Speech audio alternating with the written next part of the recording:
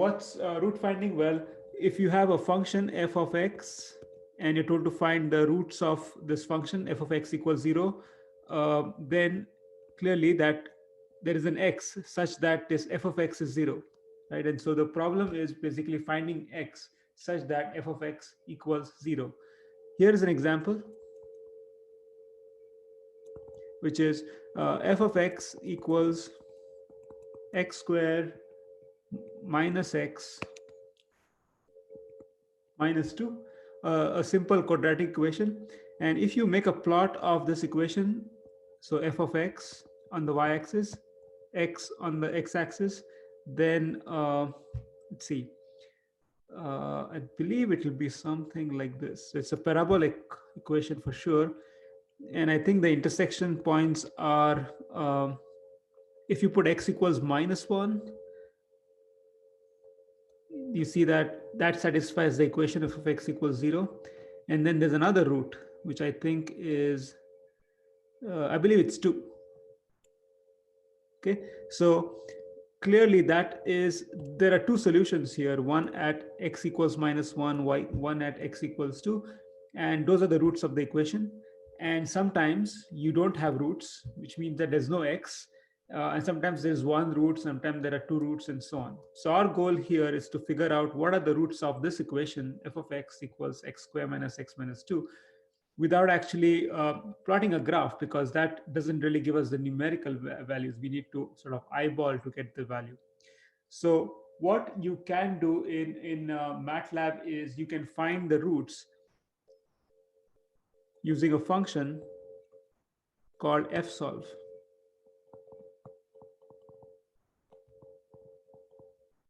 So all you do is you tell it what f of x is. You give an initial guess. So you could say x equals 0 is your initial guess, and then it will do its own calculations to find the value of x such that f of x equals 0. So I'm going to show you MATLAB code to do this. Now, you could do this using some of the methods which are taught in undergraduate, like Newton-Raphson, bisection. And really, at this point, you don't want to do that. You want to just use whatever is available in MATLAB so that you don't spend extra time doing that. So over to MATLAB. Anyway, so this function, this program computes the roots of the equation I wrote down, f of x equals x squared minus x minus 2. Now there's this thing in MATLAB which is you can actually write two functions. You can see this function and this function in the same script, instead of writing it separately like you would do in some other programming languages. So I always like to start putting CLC closure, and that what it does is basically it clears the screen, clear screen, and then that basically closes all figures. So if there are figures left out from a previous program, then they will be shut down. Then what I did was I basically generated a random uniformly distributed points for x from -6 to 6, and this is just to make a plot to show you that plot I drew on paper. Okay, so given x, I can find f by calling this function fn, which is written down here, which is exactly copy pasted from the equation I wrote down, and then I do some plot. Okay, so let me run this first.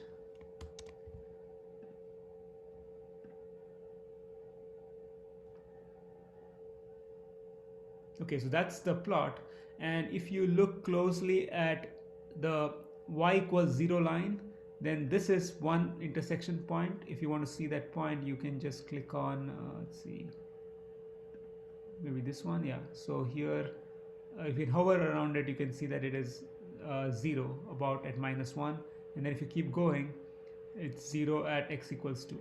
Okay, so that's exactly what I drew. Now, how do you get this without using a plot?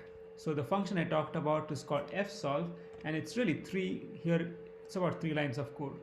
First, I give an initial guess, and I just make up, say, 3. And then there are some options about how I want fsolve to work. So these are things like how many iterations. So since it's a numerical program, it basically has to repeatedly try solving for the root, and you need to tell it how many iterations you want. And there are other options which you can get for fsolve. If you just search for help fsolve, it basically tells you a lot of things about fsolve. So it finds f of x equals 0, and then it tells you the syntax, You can put options, the additional statement, and here, and you can just keep going. But then it also tells you what are the return values are. So it returns x, which is the solution, fval, which is basically what is the solution it found at that x which solves f of x equals 0. In this case, fval should be 0 for it to find the perfect solution. Exit flag tells you something about the solution, if how confident it is in the solution. So if the exit flag is 1, then so here's the exit flag. So exit flag is 1, then it converges. If it's 2, then x is too small, and so on. So you want to probably at 1 and not other values. In fact, the negative values are actually bad. You want to be on the positive values. Anyway, so you can read through this, but what we'll do here is I will run this program which I already wrote. It basically calls fn with the initial guess, and I'll print x, I'll print fval, and then I'll print exit flag. Okay, so let's run this. So ignore the plot.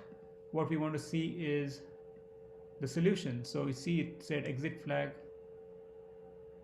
x equals, okay, it printed it twice, and that's because I had not if you want to suppress output, then you just put a semicolon after the command. So it printed twice because this basically prints, and then I made it print again. Anyway, let's see one of them. X equals 2 is the solution which we saw graphically. The value at x equals 2 is 1e 2e negative 9, which is basically very, very small because there's a 10 raised to negative 9. And then exit flag 1 means it's converged. So that gave you one solution, not both solutions. So now what people do is when they're solving for roots, they usually try a number of guesses to see if their solution has, if there are multiple solutions. So one way to do it is to try something else. Let's try 1 and let's see what happens. And I'll suppress exit flag, and maybe I'll suppress fval and run this.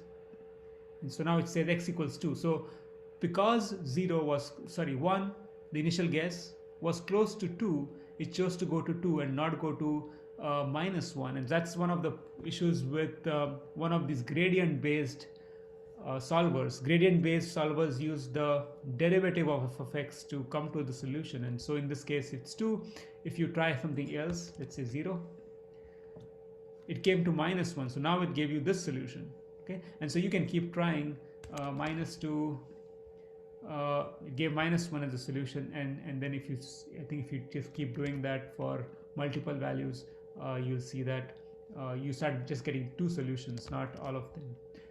Now there's some other problems with this. Suppose I gave -100, it may not converge. I think in this case it will converge though. So here it did converge because the function is nice and smooth, and what is known as, it's basically convex. Okay, when functions are convex, they're nice. When they're bumpy, there's ups and downs, they usually have a hard time getting the solution. So this one sort of converges, which is good. So the way to do this is really you need to try multiple guesses and see what solutions you get, and that is what people call sensitivity analysis, to figure out how sensitive is the solution to the initial guess. Okay.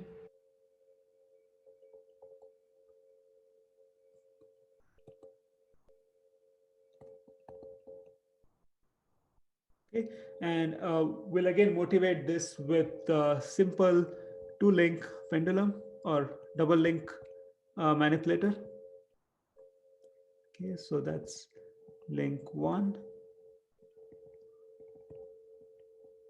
link 2, and I think we denote it as P and this one as Q. Okay, so the inverse kinematics problem is, given the position of Q, which let's say is x q0, y q0, which is the x and y coordinates of this point, the goal is to find θ1 and θ2. Okay, now how do you do that? Well, what we have done in the past is we've written an expression for x q0. It's basically L, so this is L1, this is L2. So we wrote down a formula for L1, x q0 and x y q0. It's L1 cosine θ1 plus L2 cosine θ1 plus θ2, and then y q0 equals L1 sine θ1 plus L2 sine theta 1 plus theta 2. Okay, so what we have here is this is given, we need to find theta 1 and theta 2. So you can see now that the forward problem, which is given theta 1 and theta 2, finding xq is straightforward, right? Because we can sub in the values for everything on the right side, get this thing on the left side. However, if we are given everything on the left side and we are told to find these values the right side, then this is not straightforward. We need to do what is known as, again, root finding, right? To solve for theta 1 and theta 2. So what we do is we will solve for theta 1 and theta 2 using fsolve, okay, as a root finder. How we do that? Well, we'll try to write this as x q0. So we'll write two functions. Let's say f1 is a function of x q0 l1 l2 theta 1 theta 2, and that will be x q0 minus l1 cosine theta 1 minus l2 cosine theta 1 plus theta 2. Okay, and we want that to be 0. And then f2 is yq 0 l1 l2 theta 1 theta 2 is equal to yq0 minus l1 sine theta 1 minus l2 sine theta 1 plus theta 2 equals 0. So we essentially solve for these thetas based on the roots of f1 and f2. Okay, and so let's see how that is done in Matlab. It's just an extension of what we did so far. To specify the lengths, I specify where I want the end effector to be. In this case, 0.5, 0. I have initial guess, and then I'm using exactly the same syntax I had previously. There's fsolve. It needs the end effector position, and that's defined later. I'll show it to you in a bit. There is the initial guess. There is the options, which basically is specified right on top here. And then there are parameters. Now this is something new. If you're solving for the manipulator and the manipulator has certain parameters, you can pass those parameters to this function, end effector. Okay, and that's precisely what I did over here. So let's scroll down and see what this end effector function looks like. So if you scroll down, this is the function. It has two inputs, the guess for the angles and the parameters, the length parameters and the reference position. So then I pluck them out from the parameters, which is basically a array of two variables, and then I get this position of the end effector qx qy, okay, which is basically copy pasted from the formula I wrote, and then I zero it down, right? I need to find the zeros of this. So that's what fsolve does, finds the zeros of capital F, that's passed on here, and then you see exit flag and so on. Now there's additional things here, which is basically once you find the solution, you want to plot it. And what I did was I took the code I wrote down earlier for forward kinematics and copy pasted it right over here so that I can then do a plot. So when you run this, you see this animation of the manipulator in this configuration. Now you can easily see for this particular problem that there's another solution with the manipulator configuration being a mirror image of what it is right now, but along the x-axis. Okay, and if you want to find that solution, you obviously want to try a different guess. So let's try something else. I have tried a bunch of things here. Okay, so that's the other solution. Okay, and then you can keep trying some other things to see if the solution changes, and it probably won't because there are just two solutions.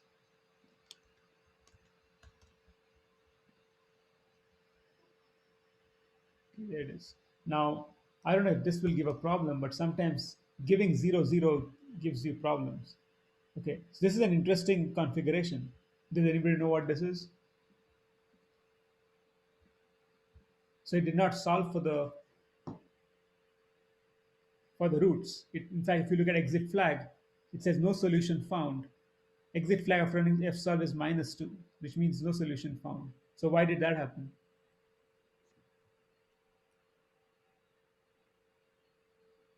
The singularity. Right, singularity. So what happens is when you have these configurations where things are perfectly stretched, like the way it is here, the first derivative of the functions becomes zero, and some point of some place in the f solve it uses the inverse of the derivative. And so when it finds that the derivative has zeros, when you take the inverse, you get infinity, and that's why it doesn't solve. So you should never try to give this as the initial guess. Even if you give something like this, it should work. There it is. So slight change, and then it's the difference between getting it to work and not work. So singularity is a big problem in manipulators, and you want to avoid configurations which are singular, which it was when you had zero and zero. Okay, so that's Professor, sorry, quick yeah. question. What was the terminology for changing the inputs to see if there are different roots? You gave some technical term for that. Was it sensitivity analysis? Yeah, people call it sensitivity analysis, which is basically finding out how the solution changes as the initial guess is changed. But then there are other ways people also talk about sensitivity. Sensitivity is basically, think of it as how the output changes when the input, with respect to some changes in inputs, right? And Hmm. then every time people are designing something and they have a certain desirable goal, and then they make some decisions which are inputs, they want to understand how those decisions, the inputs, affects the output. So it could be used for root finding, it could be used for decision making in real world, or perhaps all applications, math applications, have a sensitivity involved, basically, which is the output divided by input. Hmm. Okay, so that's the inverse. Now, what I did was, the last part for inverse kinematics was, you can actually take this a notch up and then say, you got the manipulator to point at a specific location, zero point 0.5 comma 0. Can you get the manipulator to draw, say, a circle? Okay, and so what I did was, essentially, instead of specifying a single point, I specified a bunch of points along a circle, and then got the manipulator to draw the circle. So instead of specifying one point, here I have generated xref, yref, such that, so if you remember, the equation of a circle is x in parametric form is x equals x0 plus r times cosine of phi, and y equals y0 plus r times sine of phi, okay, where x0 y0 is the center of the circle, and r is the radius. Okay, here is a question. Let me see.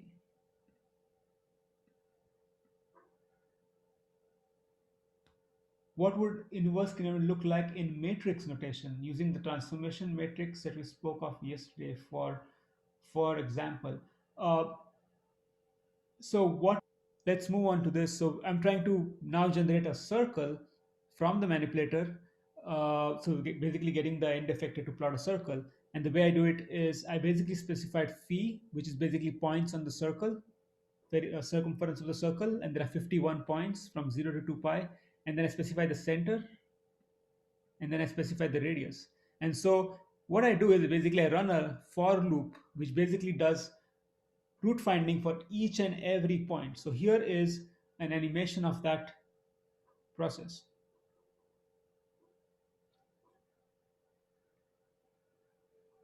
Okay, so here it drew the circle by just using fsolve. Uh, every single time I asked it to put a dot on the circumference of the circle. Okay, and